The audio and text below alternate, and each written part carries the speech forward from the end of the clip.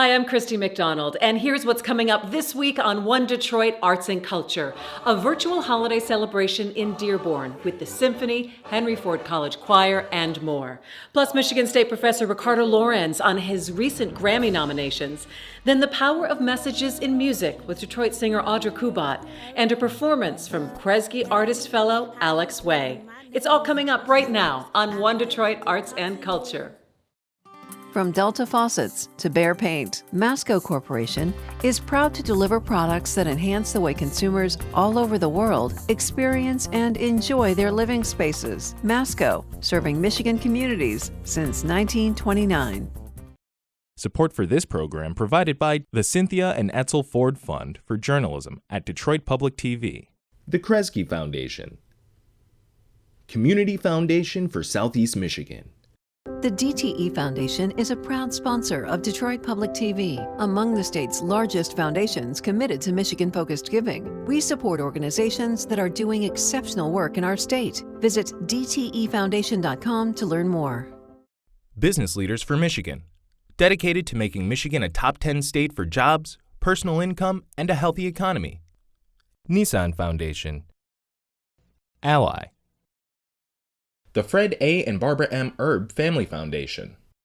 And viewers like you.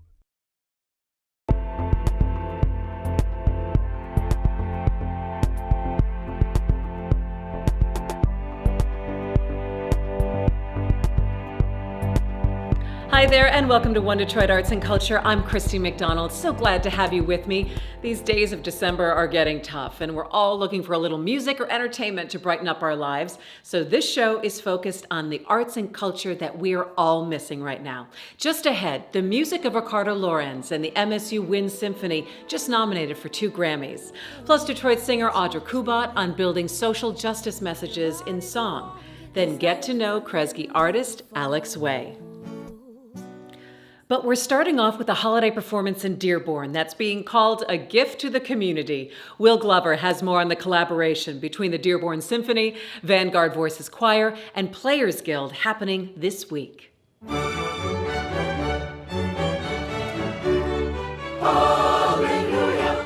hallelujah, hallelujah, hallelujah, hallelujah.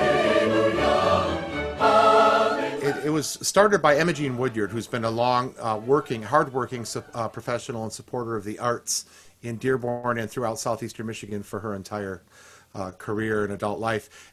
She approached the Dearborn Symphony. She's a board member of the Dearborn Symphony, and she approached me because I conduct several groups in the area and have done a lot of things for the city of Dearborn and for Henry Ford College after having grown up in Dearborn. So I've been doing a lot of Dearborn music for decades. And she also approached the Players Guild of Dearborn, which is the wonderful community theater group here in Dearborn. So Dearborn Symphony is going to provide a couple of selections, holiday selections. The Players Guild of Dearborn is going to provide a dramatic piece that's going to be related to the holidays. And Henry Ford College is providing 2 songs, one by our chorus, Masters in this hall, hear ye news today, like that. And then our Blue Fusion Vocal Jazz Ensemble is going to take the Wassail song, Here we come a-wassailing among the leaves so green. Here we come a-wandering, so fair to be seen. And so it's a jazzy version of that old Wassail song. And then the final number on the performance is going to be the Dearborn Symphony and Vanguard Voices, which is a group I conduct for the city of Dearborn. They're combining for the Hallelujah Chorus for the end of the concert. How did all of this come together? Where did it start? Whose idea was it? Give me a little bit on just how we're getting to this point.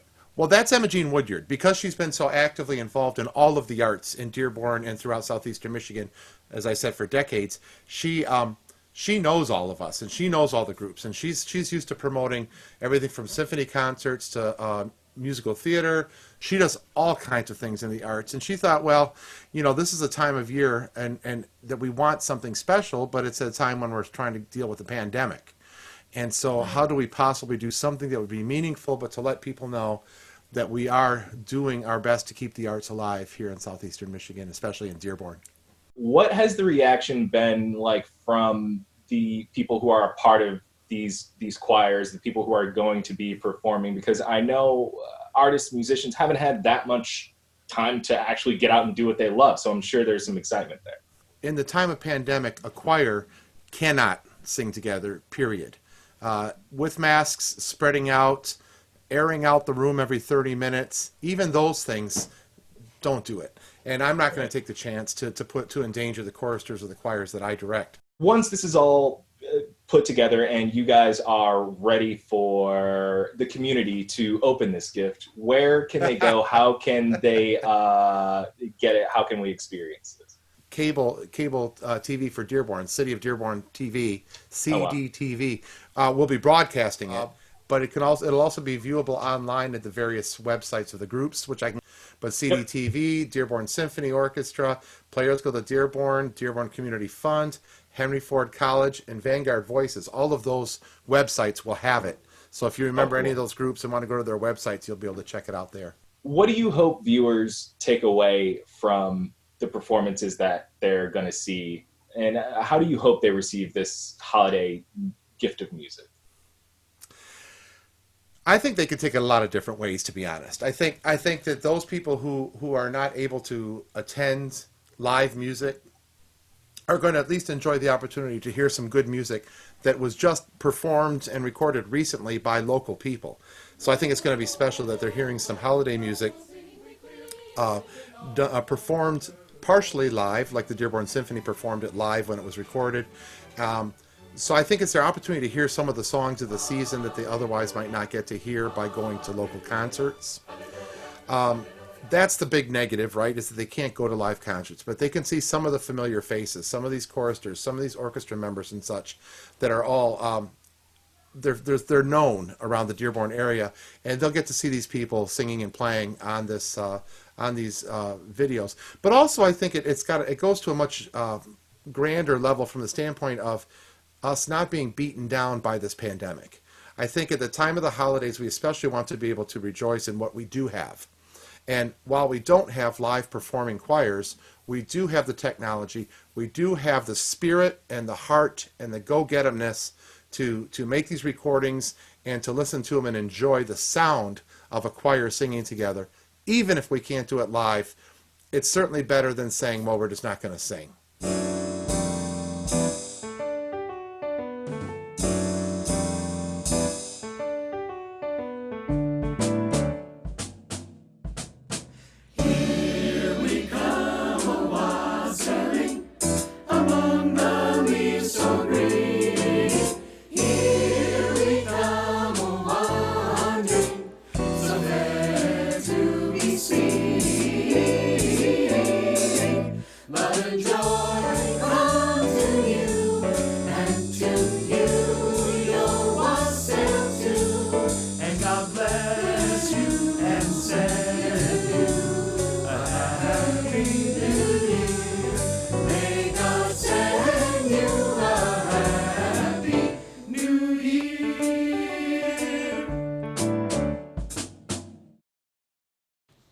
And for more on the streaming performances this week, you can just head to our website at onedetroitpbs.org. All right, many of you know the voice of Peter Whorf on our public radio station, WRCJ. He's also been doing a lot of interviews for us right here on One Detroit Arts and Culture. Well, this week he caught up with Ricardo Lorenz, professor of composition at Michigan State's College of Music. Ricardo's music, performed by the MSU Wind Symphony and acclaimed maracas player Manuel Alejandro Rangel, was just nominated for 2 Latin Grammy Awards. What moved you to originally create King Mangoberry? Well, I was trying to think how best to explain this because it's complex. It has many layers. But the simple way of describing it, Peter, is by saying that it's a story of cultural bridging, cultural dissonance, a cultural awakening.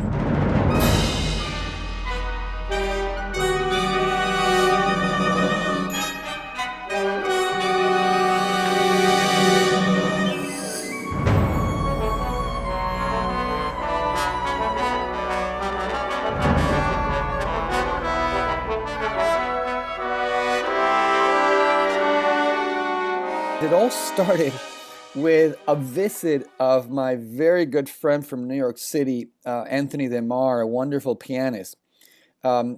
He visited Venezuela to perform my piano concerto. I'm talking about maybe about 20 years ago.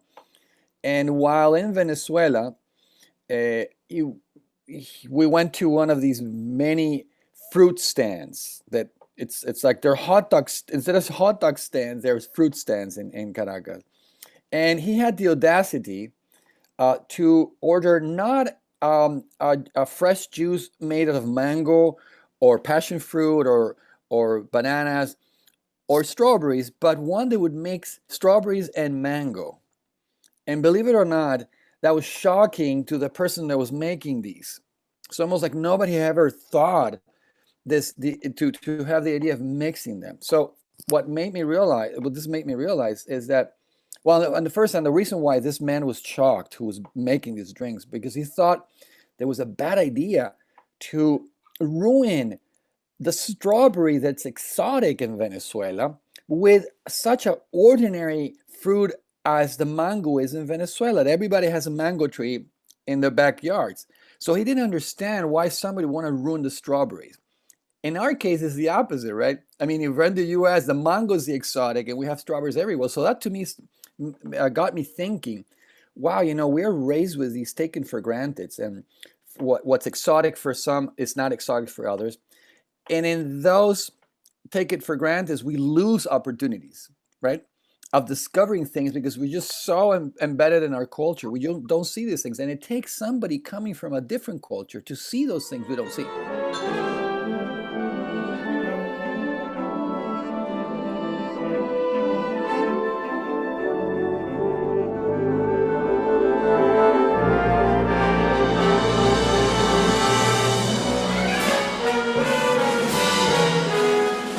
That's what happened to my friend. He just saw something very simple for him. He wanted to, and suddenly it just opened up a new way of thinking with something so simple. So it began as a joke about my friends. We start saying Mangoberry to anything that was culturally awkward or where like a almost like a lost in translation kind of a thing, right? Kind of an odd couple. An odd couple, exactly. And one they would talk about how we don't know where we're missing out because of our upbringing and our education. I was also amazed that this surprising instrument came to the front of the stage during this piece. The melody of the maraca just blew me away.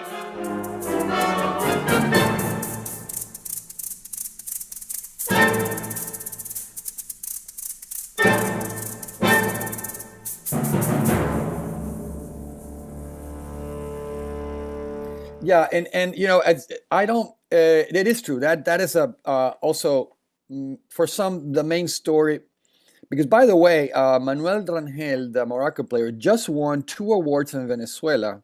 Venezuela has these like the Grammys in Venezuela. They're called the Pepsi Awards, and it's given by Pepsi Cola. And these awards have been given already for 8 years. So this is the 8th installment, and he won 2 awards in classical music, meaning. So one as best piece, right? And then one as best classical performer. Now think about it. He won over pianists, cellists, soprano singers, a pair of gourds that have to be shaken in order to produce sounds.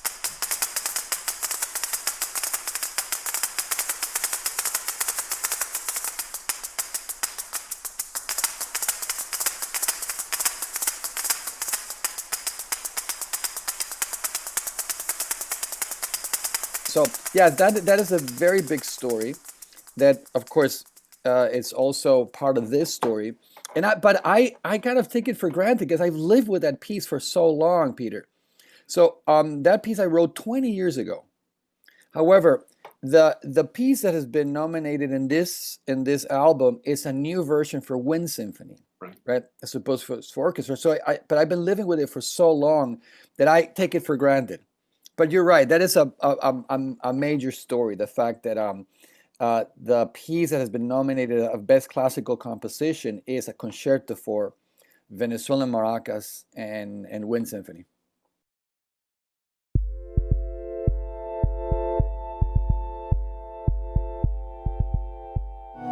mother of oceans, mother of grace.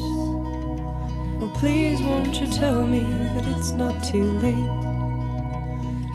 Joining me now is Detroit musician, singer, songwriter Audra Kubat. Hi, Audra. How are you? Hi. How are you, Christy? Nice to see you. It's great to see you too. How's everything been going? Pretty good. All considering. Yeah. It's a strange time for everyone. It's got to be especially strange to be a musician at this time when it's a really different way to share your music and to share your art. Yeah, it is. What's been really exciting is to watch sort of the community of musicians sharing their work still and going live and in this new format and finding really that people need it so much. Like, I think that what it's helped remind me, and I think many others, is that live music is so important for the soul. And so when you see people go live on Facebook and other sort of social media, Instagram and such, and you see the response of the people watching and like the little hearts flying by and the comments like, oh, this is so nice. That's such a wonderful way to connect that I don't think we may have realized that before this time. Being able to see people live on my stream that I wouldn't have normally seen. And because I have nothing much going on, I'm like, okay, I can sit here and really like connect with this moment. So really hearing people in this such an intimate space too, like even talking to you here, it's like I feel like we have this intimacy that we can, talk, and it's very comfortable. And so I've been having those experiences with watching artists play and really being able to, I'm not in a bar, it's not really loud, and there's not people like, clinking drinks and such. And suddenly I'm like, I'm in this space with this artist, I can really listen to the words. You've been in the Detroit music scene for a long time. You have 6 albums. How would you describe to people the Detroit music scene? Welcoming is the first word.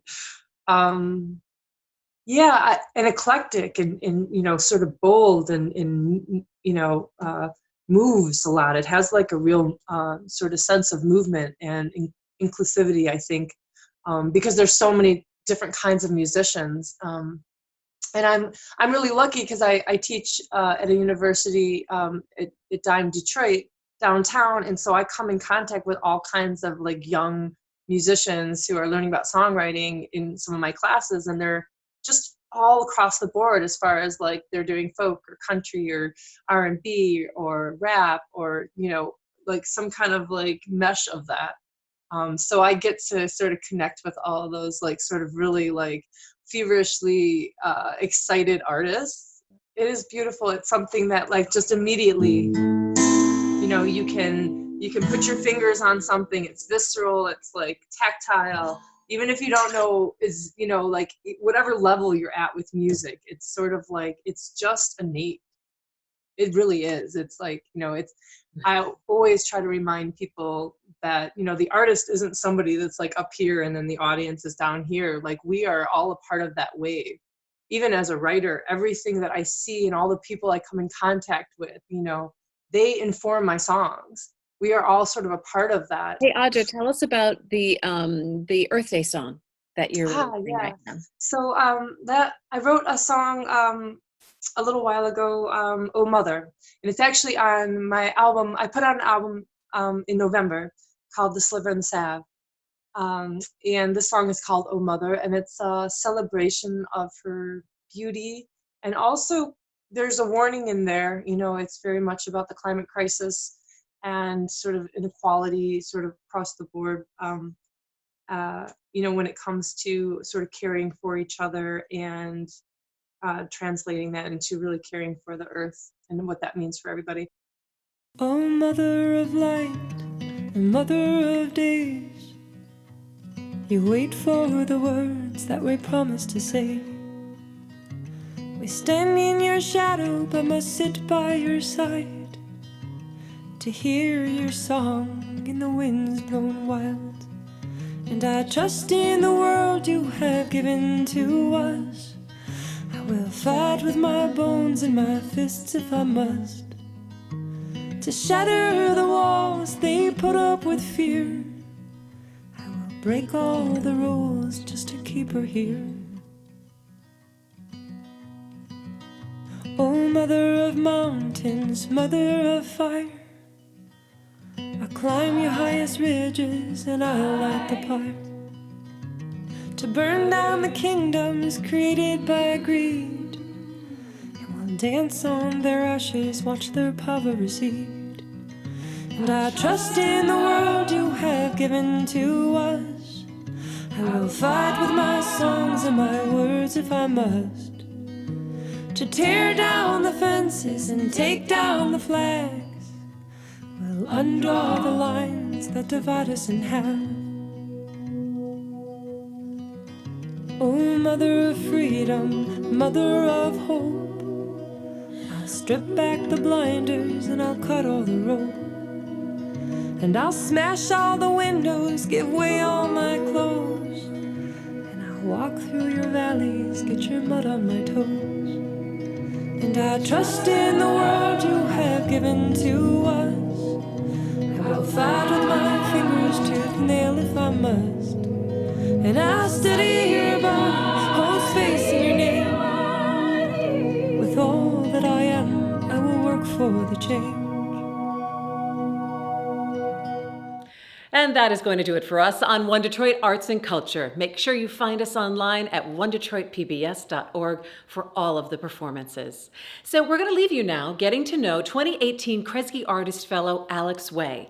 She started playing violin when she was 12 and moved on to professional singing and songwriting. Enjoy, and I'll see you next week. Take care.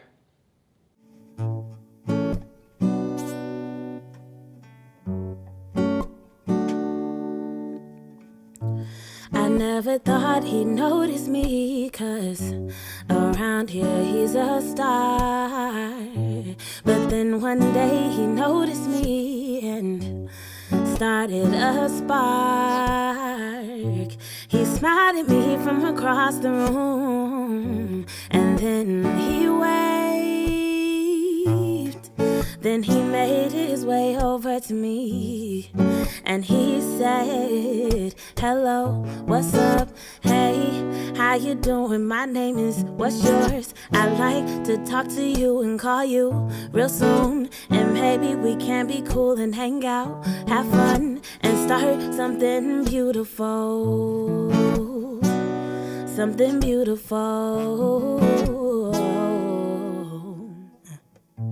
We're both a little older now, moving on to bigger things now. He has his dreams, I have mine, and it turns out they both coincide. I never thought we'd make it this far, but here we are. He's my best friend, and I thank God for the day when he came to me and said, hello, what's up, hey, how you doing, my name is, what's yours, I'd like to talk to you and call you real soon, and maybe we can be cool and hang out, have fun, and start something beautiful, something beautiful. You can find more at onedetroitpbs.org or subscribe to our social media channels and sign up for our One Detroit newsletter.